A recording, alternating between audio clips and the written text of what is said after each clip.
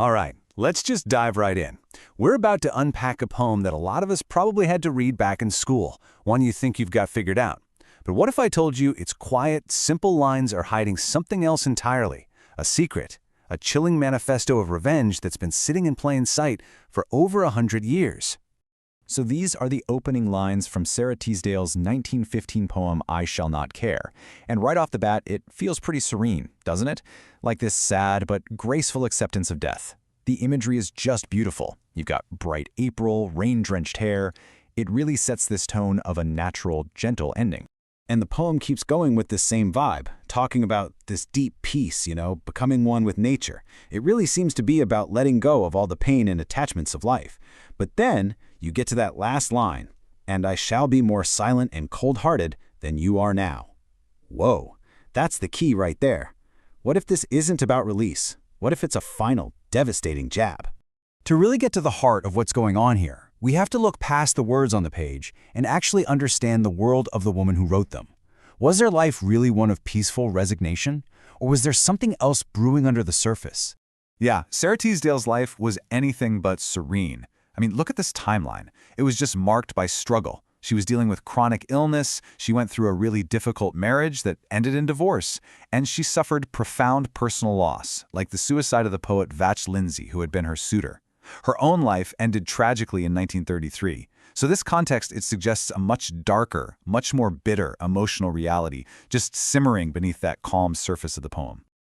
Okay, now this is where things get really fascinating. We can actually look at how this poem is built from, believe it or not, a scientific perspective. It's almost like Teasdale reverse-engineered it to have a very specific, almost measurable effect on your brain.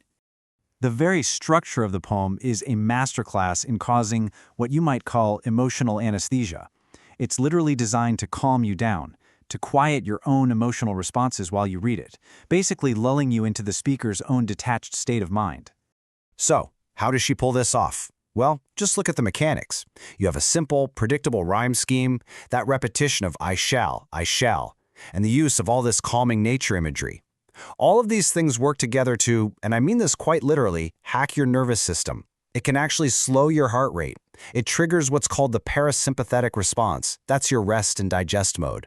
And it dials down your brain's grief response. It makes you feel the peace the speaker is describing. And this brings us to the crucial point, the big question. What if this calm she's creating isn't for comfort? What if it's a tool for something far, far colder? This is the moment the poem transforms from a sad song into a sharp-edged weapon. So this is the heart of our new reading. We have to completely re-examine what the speaker's indifference really means. It might not be passive resignation at all. No, instead it could be an active, powerful tool for revenge, a piece that is deliberately weaponized against the very person left behind to mourn. If we put on our psychology hats for a second, the motive becomes startlingly clear. This isn't just about peace, it's about posthumous superiority. Think about it. The speaker is lashing out, channeling all this bitterness from a love that wasn't returned. By becoming indifferent, she denies the mourner the very closure, the emotional response they desperately want. She's embracing her cold-hearted side, her shadow, not as a flaw, but as her greatest source of power. In the end, her untouchable serenity becomes the ultimate punishment, a state of calm the survivor can witness but never, ever reach.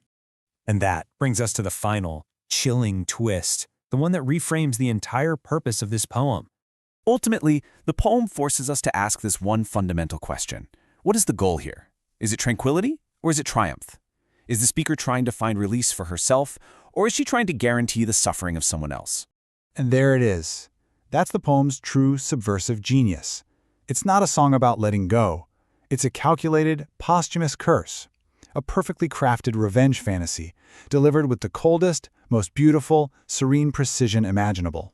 So let's just look at that last line one more time, with this new understanding. The speaker isn't just saying she'll be at peace. She is declaring an absolute victory. She has finally become colder, more silent, more untouchable than the person who was so cold-hearted to her in life. It's the ultimate eternal triumph.